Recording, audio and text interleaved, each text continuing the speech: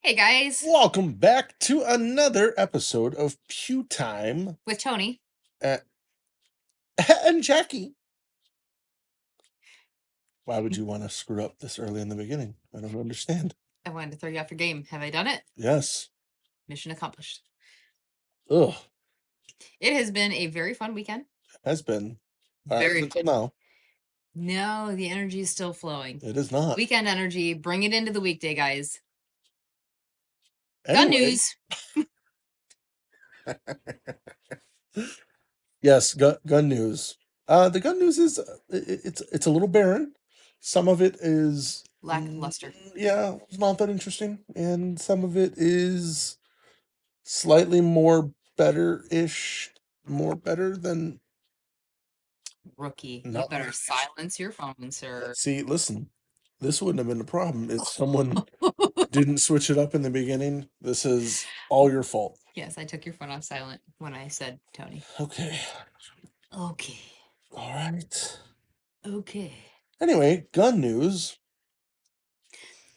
So at SHOT Show this year, OA Defense announced their 2311 Compact Pro Elite, and just wanted to let you guys know, for anyone who is excited about it, it is now available for purchase. Yes, this is the compact with porting. In Yes. case you're confused at the naming nomenclature. See. This one, It's I thought for sure he would be excited because of our recent hobby pickup and because he's a Beretta fanboy anyways. Go ahead, tell the people. So Beretta has come out with yet another variation of, you guessed it, the 92. They are becoming worse than Porsche, who has like 125 different variations of the 911. Beretta's got to be around that with the 92. Very close, I'm sure. And now for 2026, and I know this has to play in part with Ernest Langdon being a big fan of overlanding and camping. Mm-hmm. Beretta M9A4 Overlanding. So it comes in three, let's call them rugged colors. And that is clay. What are you doing? This is what happens when you try to act like me. Give me this thing. Ugh. Goodness. Anyway, the Cerakote colors. You have Lunar, Terra, and Nomad Bronze. There was another one, clay something in here. It's not, oh, there it is. Lunar, clay, and Nomad Bronze. Yeah, that's, yeah. So bronze, orange, and clay. Threaded barrel, night sights, red dot ready. And interestingly enough, every one of these guns comes with 2 magazines packed in discreet packaging with the wraparound grips as an option and an overlanding kit consisting of a flashlight, compass, and 10mm socket. I was really confused about the 10mm socket, and you had to explain it to me. Yes. The running joke of like mechanics and 10mm socket is always the part, the tool that goes missing. So it's cute, I suppose. It was kind of funny. It's $1,300. They should give you like one of those life straws with it or something. Yeah, I would have thought there would have been for sure more like usable. Yeah. Fire starter kit, a life straw. Like, partner up with someone that does like a dope ass multi-tool or something. Like, that's useful. Right. I mean, I'm not saying the 10mm socket's not useful. Very useful. Well, is it a deep well socket or a standard? It's gonna be standard. There's no way they're doing deep well. Well, that's gonna be the one you're missing then, is the deep well. I really want to know the marketing guys that they have at Beretta right now. Like, they have to sit in a room and hotbox the fuck out of it. Watching random things. I guarantee they were sitting there eating Skittles and crunchy Cheetos scrolling on Instagram high as balls, and they saw an ad for Temu tools where they made the joke, look at this tool set for Temu. And and the stupid ad goes, how much is that? $400. And lady goes, $400? You could buy all 6,000 set of tools for that price. And the guys eating the Cheetos and the Skittles went, you know what we could do with 6,000 10mm sockets? Sell 6,000 guns. Sell 6,000 pistols. And these are going to be a limited run, and they are running $12.69 for the set. We got to make them interesting colors, man. Go to Toyota's website and find 3 colors that just scream, I want to be an off-roader with my Tacoma.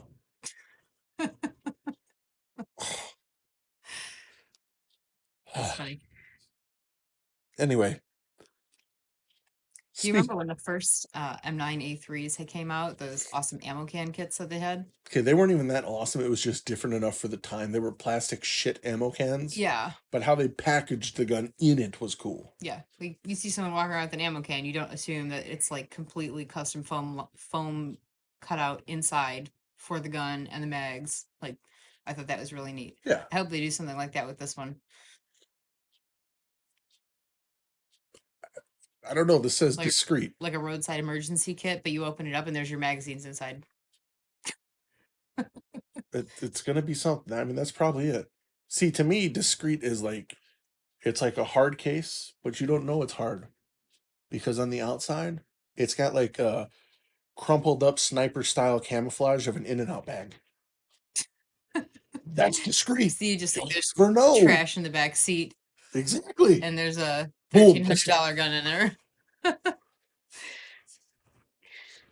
Okay, I think we've gone enough overlanding thing. I think we're done. Canik has released their Mete MC9 Prime in FDE, so now you can get the same colors as all the other Caniks in your Prime. Yes. Smith & Wesson is teasing a new handgun, and the comments are littered with everything you can assume. Hey, it's a 5906. Just kidding, we know better. Everyone's asking for third gens to be brought back. Why are people going? The funniest one that I've seen in the comments, and several people have said this, not just me saying this, everybody says this. They want a 10mm bodyguard. Is the funniest request ever, but several people in the comments have said that. I don't know if this is more ridiculous than that. There are legitimately people in the comments that going, I bet you it's a steel frame bodyguard. Yeah, I don't. What? If you follow the sequence of their gun releases, polymer, then a carry comp performance center version, and then a metal version. So if you follow that same pattern with the little guys. Okay, so hear me out on this. I would almost entertain an aluminum bodyguard 2.0. Mm-hmm. And they bring back the Chief Special name. Then I could get behind it. Like, hey, this is kind of cool. Let's go with that. Yeah, but they already brought back the CSX and the CSX E series to be an ode to the Chief Special because of its action. You know, aluminum body, single action. Yeah, how's that going for him? It's not. It's not going very good at all. It's slowly falling off the face of the earth. Yep. I will say that the E series are probably the best thing that they could have done for that line, though. Sure. So we will tell you guys next week what it is that Smith & Wesson drops. The day we drop the podcast. Like an hour after we make our release, they're going to drop their new gun. So then you'll have to wait 6 days and 20 hours to find out what it is. I'll get put to talk shit about it then. Yes. Ruger, a while back, we told you guys that they were redoing their 1022 line to include a BX trigger, match bolt catch, and for their non-takedown models, an integrated rear cleaning port for simplified maintenance. They have just dropped 10 new SKUs for the new version. It seems to me like they're just redoing the entire 1022 line and converting everything over, so that would be a standard feature on every single 1022. Where when they first dropped it, I think they only had like 2 2 different SKUs maybe when they dropped it for the first time. So there's about a dozen now. CZ has released the new Tactical Sport 3 Orange, which, for everyone that was asking, oh, when's the new Checkmate coming out? The answer is never, because this is the gun. Mm-hmm. They worked together with Eric Fell to get his input on building his ultimate race gun that will coincide with IPSC now having the provisional division of optics, which is basically their version of USPSA's limited optics. So all steel frame, optic ready, 20+1, little over 5-inch barrel. If the single action is anything like the TS2 and the Checkmate, it's going to be out of this world phenomenal. The multiple footprints, so it doesn't say if it's plates or not. I'm assuming it's not. I think they went like the whole echelon, like multi-bolt system, Mm-hmm. and it'll take RMR, RMSC, and Delta Point Pro, which is, I mean, that's pretty good. Mm-hmm. I'm just confused because they didn't explain if it was like direct bolt on. You would have thought they would have highlighted that. Mm-hmm. So I'm unsure if it's plate or not. They are really toting that they have machined the entire frame from one piece of steel, Wow. which good on you, Mm-hmm. right? They say that they've done deeper undercuts on the beaver tail and trigger guard. It has a new redesigned thumb rest. I do have to say the TS2 thumb rest really looked like a son of a bitch. You know what we forgot? Bolt that on. Yeah. This one actually looks like it's legitimately Supposed to be their part of the thought process in building it. and like a good design. The other one was too small. Like, what the hell's the point of this?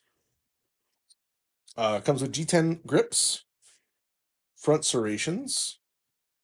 They say, I hate when people do this because I'm not going to convert it so you guys can sit here and ponder it. But it is a 600-gram trigger, which, if I'm not mistaken, is around 2 pounds, is my guess. It's going to be a light trigger. Nitride finish, lifetime barrel warranty. The gun looks good. I've always been a fan of the tactical sport. You know, I love the Checkmate. Mm-hmm. This is a cool gun. This is a cool option. I've been saying it for a while. Like, there are going to be some banger 2011 alternatives. Oh yeah. Do they have price listed yet, or because it's not It's going to be available around on the 25. U.S. store? Around 25 would be my guess. Street Mhm. price probably around 23. Mm-hmm. And yeah, it was introduced this week at IWA, which is basically Europe's version of SHOT Show. And not available on the CZ USA shop yet. No, hilariously, AI has found the link that is, I'd assume, preloaded on the back end of their website, and when you go to click on it, you get a 404 message. Mm. So, Incoming, but yeah, but I'm not sure yet. it'll be available soon.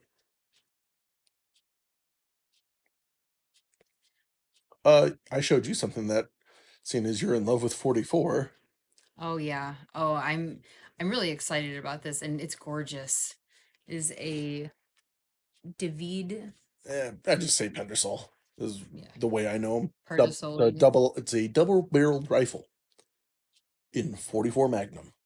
Mm-hmm. This one is called the Kodiak Survivalist Compact Express Rifle. So this same company, I actually just got to see one of their side by sides a customer had brought in, and it's the WIIT version. Beautiful finish, color case hardening on the receiver. Absolutely beautiful gun. I wasn't familiar with the brand before I saw that, so when you told me about the side by side rifle, I was incredibly intrigued. It's always been kind of interesting to see. This one does have like a Picatinny rail. I think it's optional. You don't have to have it on there. Picatinny rail, Picatinny rail. Yes. I got this bit of news from a buddy, and it is via guns.com.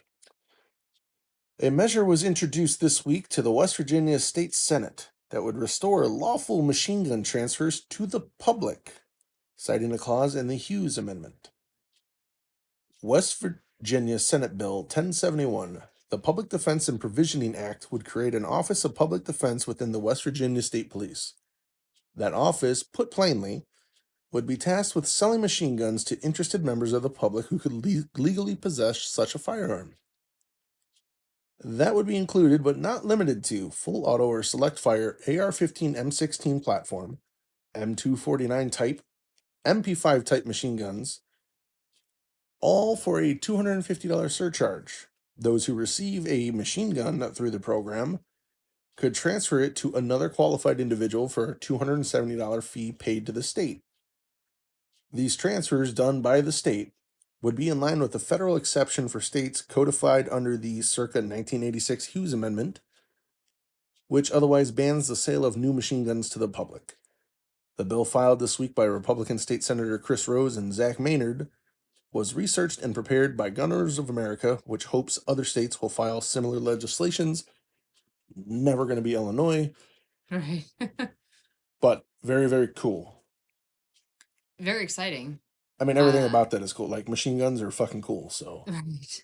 And it was introduced, so it's not like a thing yet, but the bill was introduced, and we'll have to follow it along and see where this goes. Yeah, I have high hopes for everyone This could else. set precedence for at least a dozen other states if this passes. Yeah, I think so. I hope so. We're going to be moving. Maybe that's why we'll wait to figure out where we're moving. Which one of you guys has the machine gun law? Yep. That's going to be a heavy decision maker. Yep. This past weekend, we shot our kickoff match for the year. Which WIIT. the what? The WIIT. Yes. Ta-ta. The Winter Indoor IPSC Tournament. You sounded like an announcer. Yes. It's muy professional. Thanks. I try. Goofball. It is the most fun match. It is always themed. Yes. It is the first match that we ever went to where it had some sort of like a theme like that. It's an indoor match, obviously, hence indoor IPSC. And the first year we were shooting together, which was the tail end of 15, is when we started shooting, and we got our memberships in 2016. We went to the WIIT in 2016. So I think we've only missed one. I think so. Like that we I did. still remember the theme for the first one. Was it Ghostbusters? Okay.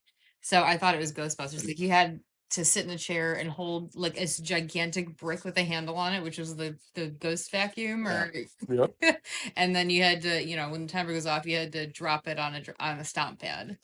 To tell you the effort that they've put into the matches through the year, that particular stage, not only did you have to toss a reasonable distance to hit the stomp pad, they had a scene playing on a projector from Ghostbusters with the music playing, and they would start that scene over every time, and that's when the RO would know when to hit start and stuff like that. The second half of that stage also included a Cooper's tunnel. Yes. So there was a lot going on. I remember that was the match where we met Max Klatt. Yep. Good dude. That was because you and him through the tunnel was the talk of the town. Yeah, that was a good time. All of that just to say it's our favorite match, and it is that time of year again. So this year's theme was Psycho Circus. Yes. And it was awesome. They did a fantastic job with the theme. We were both very honored again. They used Laugh and Load to create the match shirts. They've done that for the past 4 or 5 years, I think. Yeah. And I have to say the designs on this shirt, especially the front, were as awesome as the match. Yeah, the front was probably the most fun that the two of us have had in designing. Yeah.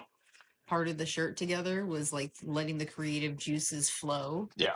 And it's a really fun theme, right? So it's easy to get creative with it when it's a standard like John Wick or Ghostbusters. There's not too much you can really go on and off of, but when it's Cyclo Circus, it kind of opens the door to interpretation, if you Mhm. will. How dark do you want this circus? Right. It was such a fun match. So for those of you that shot the WIIT or have seen the shirts, the front was kind of just big, giant, cheesy clown, more like on the horror side, and his big smile, his teeth made up 2026. And the words wit came out from like up his white face to where his hair should be Right. in the letters wit. It was sick. And on the back, for those of you that are like clown horror fans, there were clowns inspired by Terrifier, Krusty the Clown, some from Killer Clowns from Outer Space, Bozo, because we have to, because being Chicago based, Right. Sweet Tooth, Mm-hmm. and I feel like I'm missing. I don't remember who the last one was. Either it's Yeah, famous famous clowns clowns. Yeah. turn twisted. Not that Sweet Tooth really needed any twisting. Or Terrifier. Right.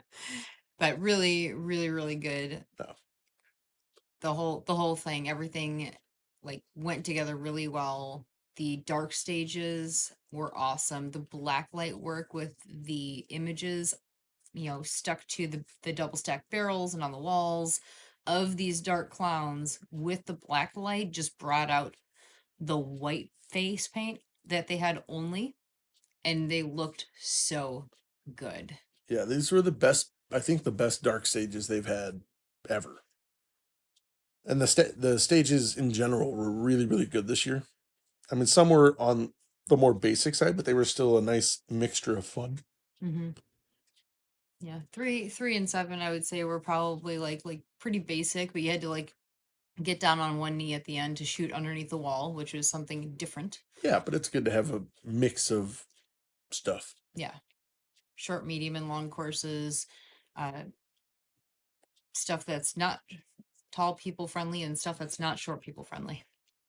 Right. You had to duck and sweep a curtain with bloody hands out of your way to get into the dark stage, Mm-hmm. where I did not really have to duck at all, which was awesome for me. Not so much for you. So we don't. We have the results. I'm going to be honest. We're only going to do 2 divisions because every other division had 1 in it for like limited 10, limited, and PCC. Mm-hmm. Production only had 3 or 4, I think. Revolver had 10, but I won't do the Revolver. The reason they had that many is they had an I-Core squad. Mm-hmm.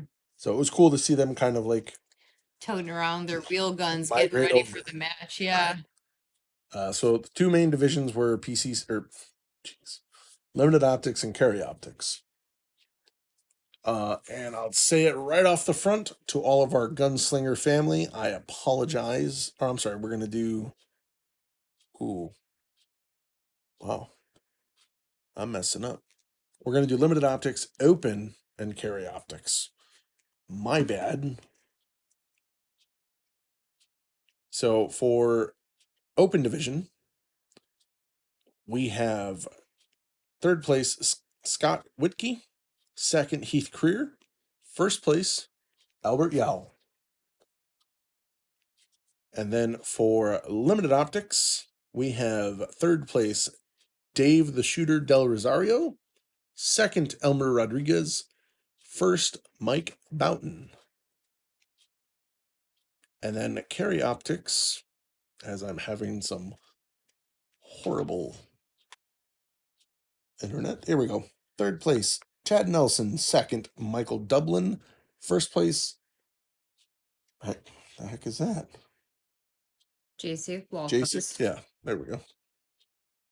Terrible internet and terrible eyeball. Yes. Special shout out to, well, the Slingers. You guys know who you are, all of you. Shout out to my buddy Jose, my one of my training partners took 13th overall, but he took, or no, I'm sorry, he took 13th in carry optics. Jesus Christ. Words are so hard right He now. took 13th in limited optics. Good Lord. And you didn't do too shabby. Yeah, I did pretty good. I felt pretty good on this match. I took 38th in limited optics. And there was a total of 100 and what the heck was it? 145.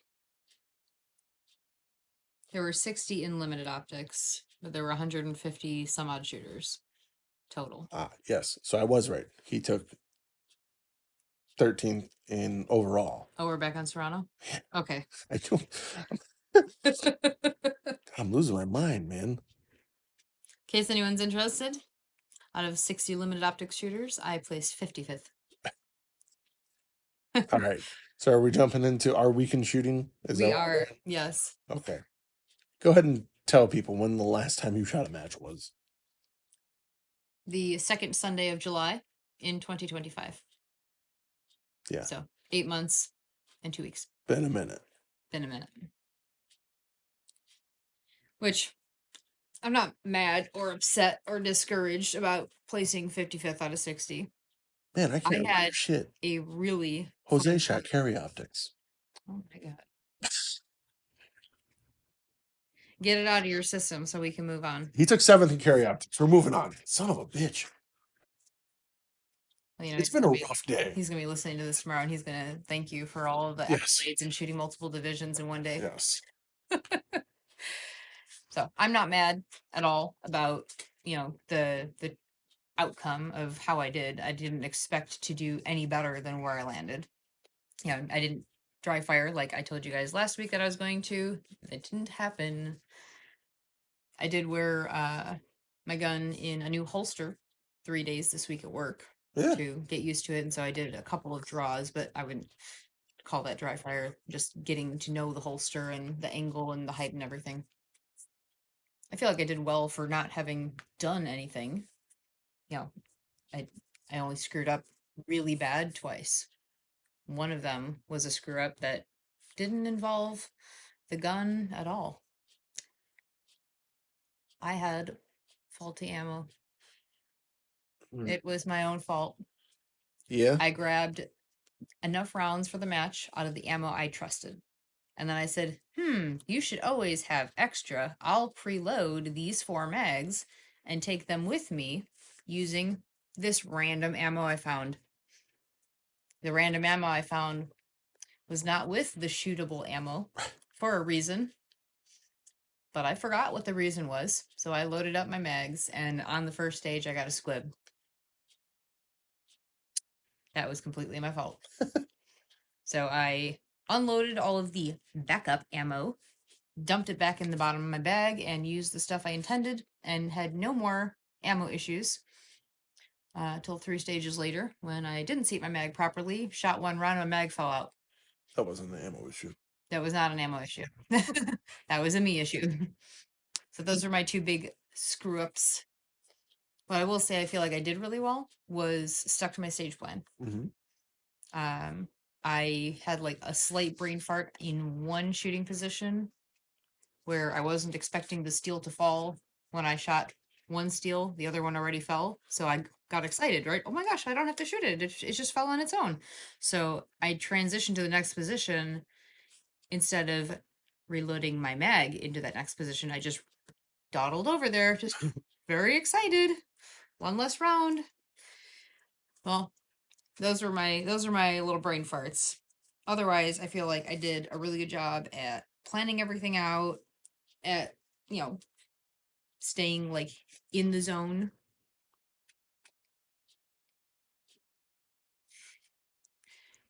Your turn. Yeah, I kept to my goal, or I met my goals, I should say. I wanted to do 80% overall, and I wanted 85 or greater percent of points shot. I did both. I shot 81%, and I shot 92% of the points. Now I just have to crank up the speed. And I only had 2 mics the whole match. And they were on the same damn target on separate occasions. So the WIIT is 4 stages set up. Then you take a brief break and they kind of redo the 4 stages and change them up a bit. Some of them don't have that dramatic of changes. And this is one of the short courses, and it had a diagonal hardcover. And my mic went in the same spot on the same target Both times. both times. Yep, lower left appendix. Yes. So that was really my only frustration. I am feeling a little, I don't want to say I'm over confirming. I might be getting a little sucked into the dot. So for me, I think for training, I'm going to start training occluded a little bit. And because I actually haven't trained, I was talking with one of my buddies the other day. I haven't trained with an occluded dot for 2 years now. Oh, wow. It's been a long time. I used to shoot with it a lot. So I'm going to go back to that and see if that kind of just helps me get more comfortable with the flash of a dot where I want it, instead of just studying and like kind of work on willing it to go there. Mm-hmm. I know we missed this in gun news, but Ace has now released the option to shoot with an occluded dot. Oh, that's right. Yes. I haven't tried it yet. But you will now. I will. Let's see, what else did happen at the WIT that was kind of fun? I mean, the stages were great. I felt a little off pace, but I really wanted to get the points, which I succeeded in. And it's kind of leading me to believe for training wise, it's really going to be all about transitions and working on entry and exits and shooting on the move. Because I noticed my shooting on the move, I get really slow. Like snail's pace, kind of walk slow. Mm-hmm. Instead of like legit moving on the slow. Like I can pick up the pace. And something else a friend pointed out, and I didn't realize it until you and I were watching the videos. A majority of the stages I shot, my last target always gets 3 rounds. It's like a nervous twitch of yours, I think. One of them, when he asked me about it, I was like, no, I made it up because I felt it was a bad shot, and it was. But then I was like, oh, now that you said that, I'm watching the videos, I'm like, you might be right. And while that doesn't seem like a lot, like especially if I can split it fast, think about we had 2. I know you did it on both of the dark stages and the one where you shoot through the door and you do all the poppers and the 2. So I know for a fact that at least 3 of them, I remember you doing 3 at the end. I know I did it for at least 4 stages. So over, or at least half. Mm-hmm. So when you have tight margins for winning, so for example, my position and 2 positions above me in carry optics was only 5 points. Limited optics. Yeah, in limited optics. There were stages with guys that we were shooting where they were tenths of a hit factor away. Mm-hmm. Like, and they were the ones that were like winning stages.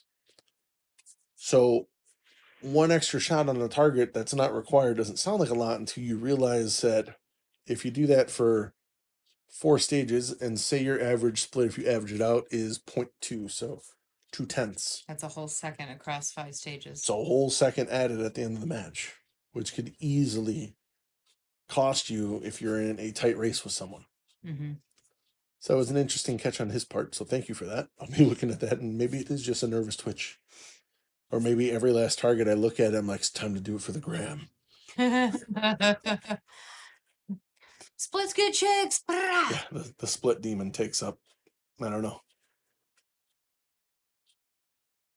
Well, it's nice that it's something that was brought to your attention. And I mean, I really just assumed it was I pushed too hard because I was at the end and this is for good measure. That's what I just assumed your 3 at the end was. No. I mean, I didn't even watching it. I didn't even realize I was doing it, if I'm honest. Yeah,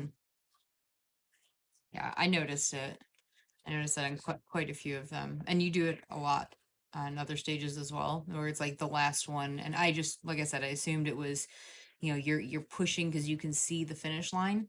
There's only so many targets left, and maybe I'm pushing too hard. This will be just for good measure. Yeah. No, I don't know. Not a conscious decision then. Nope. All right, well, I think that's going to kind of wrap up the week in shooting. I wanted to start a new segment on the show because I get a lot of humor out of it, and so does Jackie.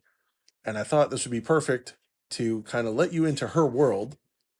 And we're going to put a new segment in the show, and it's going to be Jackie's Tales from the Gun Counter. Are you talking about the story I told you right before the show? Yes, because it's freaking hilarious. All right, take it away. For those of you that don't know, here's the quick backstory. Jackie has worked in the gun industry and behind a gun counter for, well, you're just going to say a long time, over a decade. Almost. Well, yeah. I was just saying over Just a decade. That's all I'm saying. yes. Just over a decade. For a significant amount of time. Could legally get a driver's permit.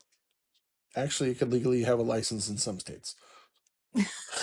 Anyway, go ahead. She's always getting weird customer interactions, phone calls, requests, interesting guns, incidents. There's a lot of stuff that happens at a gun shop. Maybe I'll jump in every once in a while if you haven't had anything weird happen, which is a rare case. But I thought it'd be a fun time for you guys to get an idea of what goes on into the retail side of the gun world. The other side of the counter, the not so fun side of the counter. Right. The more strict, but we like to have fun. All right, so take it away. I thought this would be the perfect story to kind of kick off the new segment. So, lay it on. Many of you are local to us and Illinois residents. If you are not aware of what the Illinois PICA Act is, there is a ban on several commonly owned and used firearms, and it is a bullshit ban. But here's the story. It's a ban nonetheless that has been in effect for since January 10th of 2023. So over 3 years, this ban has been in effect with people that have the things that they have no idea got banned over 3 years ago. So it sets the tone. Tell us the story. I got a call the other day. He said, "Hey, do you guys buy used guns?" I said, "Yes, we do, as long as the firearm you're selling is compliant with the current Illinois laws." He goes, "Well, I have a FOID card, so I bought it legally, if that's what you're asking." I'm like, "That's not what I said." As long as it's in accordance with the Illinois PICA Act, I can resell it. He was definitely trying to mansplain you. He was. 100%. This lady has no idea what she's talking about. I just want to sell my gun.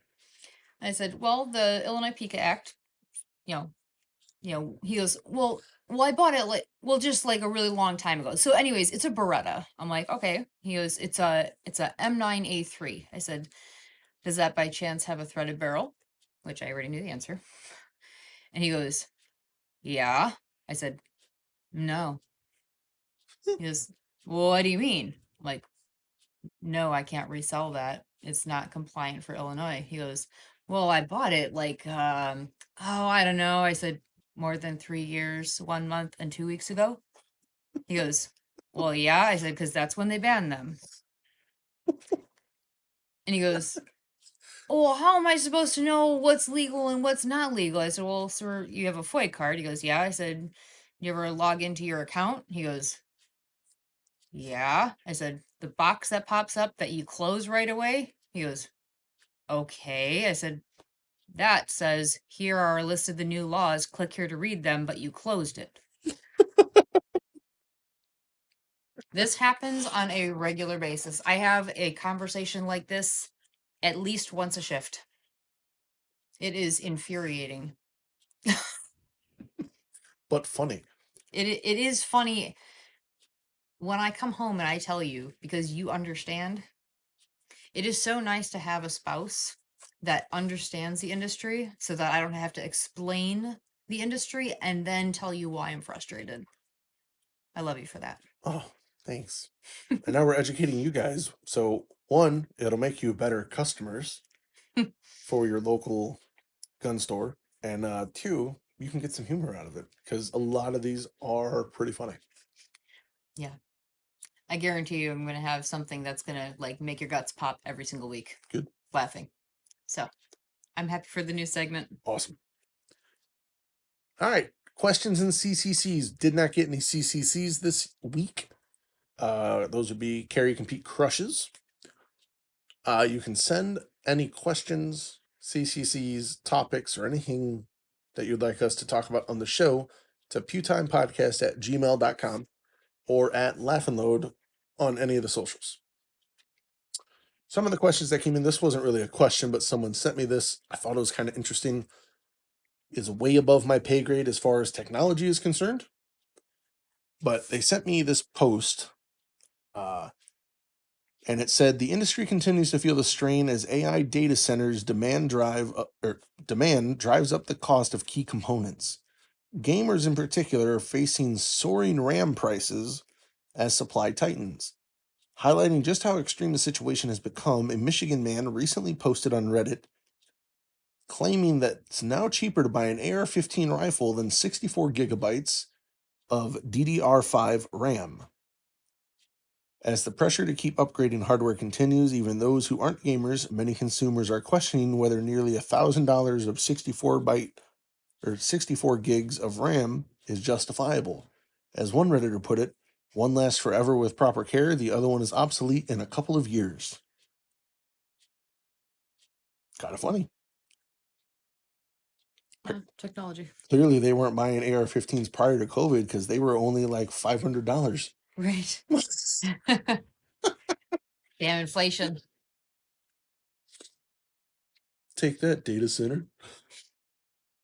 There were a few other questions that came in this week. This one came from someone who direct messaged you after they watched the YouTube video about your flashlight mod.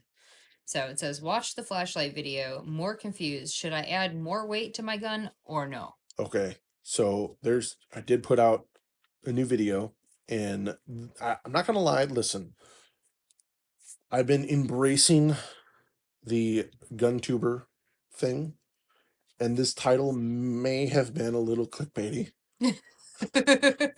of the cheapest way to like delete recoil or reduce recoil, whatever it was. I don't even remember what it was. And it was just a picture of a shotgun with shot shell and a flashlight, a weapon mounted light. And in the video, I show the recoil impulse of two different weighted flashlights, two regular flashlights of the same brand, and one with no flashlight. And then I go to talk about why someone might want to add weight to their gun, and why, if people actually watch the video, I explain that wanting to reduce recoil with the added weight is the wrong way of thinking. And the reason that I am doing it is not to reduce recoil. You would assume if you see me shoot the gun, I don't need help with recoil management. Mm-hmm. That's not why I did it. And I explained in the video that's not why I did it. I did it because I want something that kind of smooths out a snappy transition for me. I want to have a little more weight to throw around. That was it. Everyone is like, well, you need to learn to play with springs. You need to do this. I'm like, that's not what this was for. I want a heavier gun. And stealth, hint, hint, still hasn't made me a steel frame gun. That's what I'm waiting on. I love shooting the platypus. Waiting on. I like what you did there. I'm Accidentally. going to kick you off the show. See, you wouldn't be giggling if it wasn't a good one. Anyway, so do you need to add weight to your gun? The answer 99% of the time is no. Flashlights in general tend to be bulky. Some people like the added weight. And I did have one guy who goes, that's why you don't see pro shooters or something adding weight to their gun. Not with a flashlight, I'll give you that. But there's a reason most people that compete with a Glock have a tungsten guide rod and a brass plug in it. Yep. Because they would like a little bit more weight in it. I'm doing it for the same reason, except I don't have anywhere to put a brass plug. So you put the brass plug right up your keister. Fuck. Oh, I I don't even. kid. Thank you for watching the video. I really appreciate it. I like interacting with you guys on YouTube. I would not say be confused. Don't be confused. Don't overthink it. If you want to try a heavier gun, if you want to experience, like, hey, let me do some transitions, let me do some build drills, let me do some Blake drills or L-Pres, and then grab a cheap weighted flashlight. Go to Harbor Freight and buy their whatever the heck it is. It's a TLR1 clone. Hell, go to Timu, who should have sponsored this episode. We've talked about it so much, and order a TLR1 clone and dump some shot shell into it and slap it on the gun, and then redo those same drills and see, hey, oh, it's a lot harder to swing this heavy gun, or hey, I like the way this feels. That's really kind of what I was trying to convey people into the video. Apparently, I didn't do a good job at it. I'll do better next time. But really, just experience it. That it's a cheap way to experience a heavier gun without having to go and buy a Shadow 2 or PDP steel frame, whatever it was. So, say you just have a Glock, you can throw this on and experience a slightly heavier gun. So, don't be confused. Just play around with it. And the good thing about this way is you can. I got a bunch of. You ruined an X300. It's not ruined. I promise you. You can dump the shot shell out and put batteries back in it. It works just fine. Yep. You definitely have like some really, really dirty lenses though. Like on all of yours. Not all. Like the shot shell ones No. and the standard ones. Those, yeah, They're but pretty grimy. there are two that are. So this is where I get picky. Here's pro tip for you. If you don't want to buy multiple flashlights, either put tape on them when you train, like just at the range so you're not dumping a ton of rounds on the lenses, or buy another flashlight, which is what I do. The legitimate home defense gun that has an X300 turbo on it doesn't get shot at the range. Ever. It gets dry fired, like when I do little light drills and stuff like that. But it's not getting covered in carbon. Right. Now, there's some other stuff. I've never found one that works well for me. Another thing you can do is put oil on the lens, just regular gun oil before you start training. That helps capture the carbon, so it wipes off a little easier if you do it right after training. That's another tip. I usually just wrap mine in tape. And if you've already gotten to the point where you didn't do any of the preventative things and you shoot it and God help you. realize toothpaste, or is there any kind of like something, because it's got like a little bit of abrasiveness to it, will help to get it off? Yeah, Is I don't remember what there, most of Poppy's number 9, like what have you used before? Because I know you've had ones that you've cleaned up. I cannot remember the name of one of them. Toothpaste is an easy trick if it's got a lot of grit in it.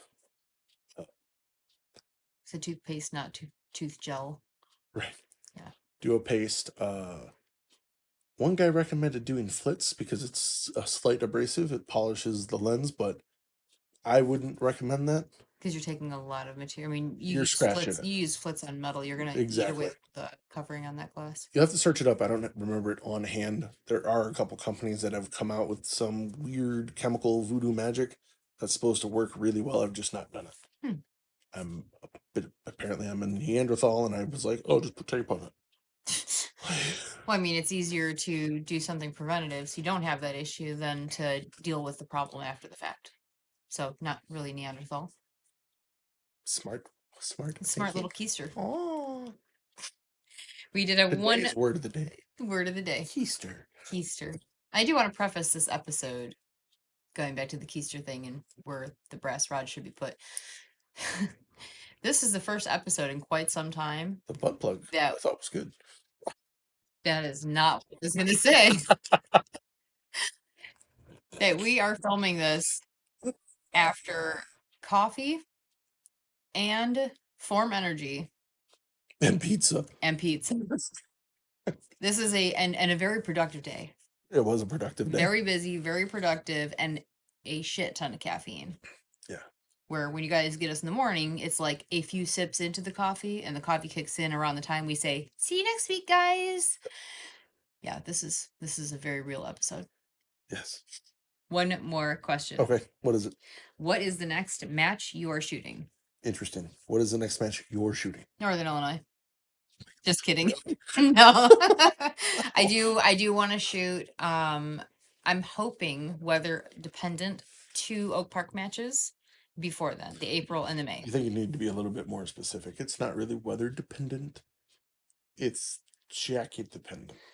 Oh yeah, well I'm not shooting if it's cold or raining. Most people don't want to shoot in the rain. They have a different definition of cold. Okay, so if it is less than 42 degrees outside when first shots are going off, I'm not doing it. Okay. If it's more than 42 degrees at 9 a.m. when we have first shots, which ends up being 9:20, then I will shoot the match. Okay. But I would like to shoot the one in April and the one in May because Northern Illinois is at the end of May. I will probably shoot the next ASC match. So the Aurora Sportsman's Club has their monthly matches kicking off, and that'll be not this coming Sunday, but the following. I may do it. I'm not 100% sure. I have some stuff coming up I have to take care of. So I'm not 100% sure, but I'll definitely, the next major for sure is Northern Illinois. So you have 12 days to get the reloader up and running so I can make ammo for you. Or risk it for the biscuit and use whatever shit you were trying to put through your gun. Yeah. Got it. Fixing the reloader as we speak. You told the people, now you got to stick to it. Yes, I suppose that's true. Oh, that was the last question. As you said before, it would be super awesome if you guys would submit questions. It keeps the show very interesting. It's very fun at the end to interact with you guys. And it's a little bit more like having a conversation with you because we're answering you. So submit those questions and CCCs and topics to cover on all the socials at Laugh and Load or at pewtimepodcast@gmail.com. Yep. That's it for the show? That's it for the show. I really think I need to take like a tranquilizer or something, or I'm never going to go to that. Okay, bye. All right, guys. Talk to you next week.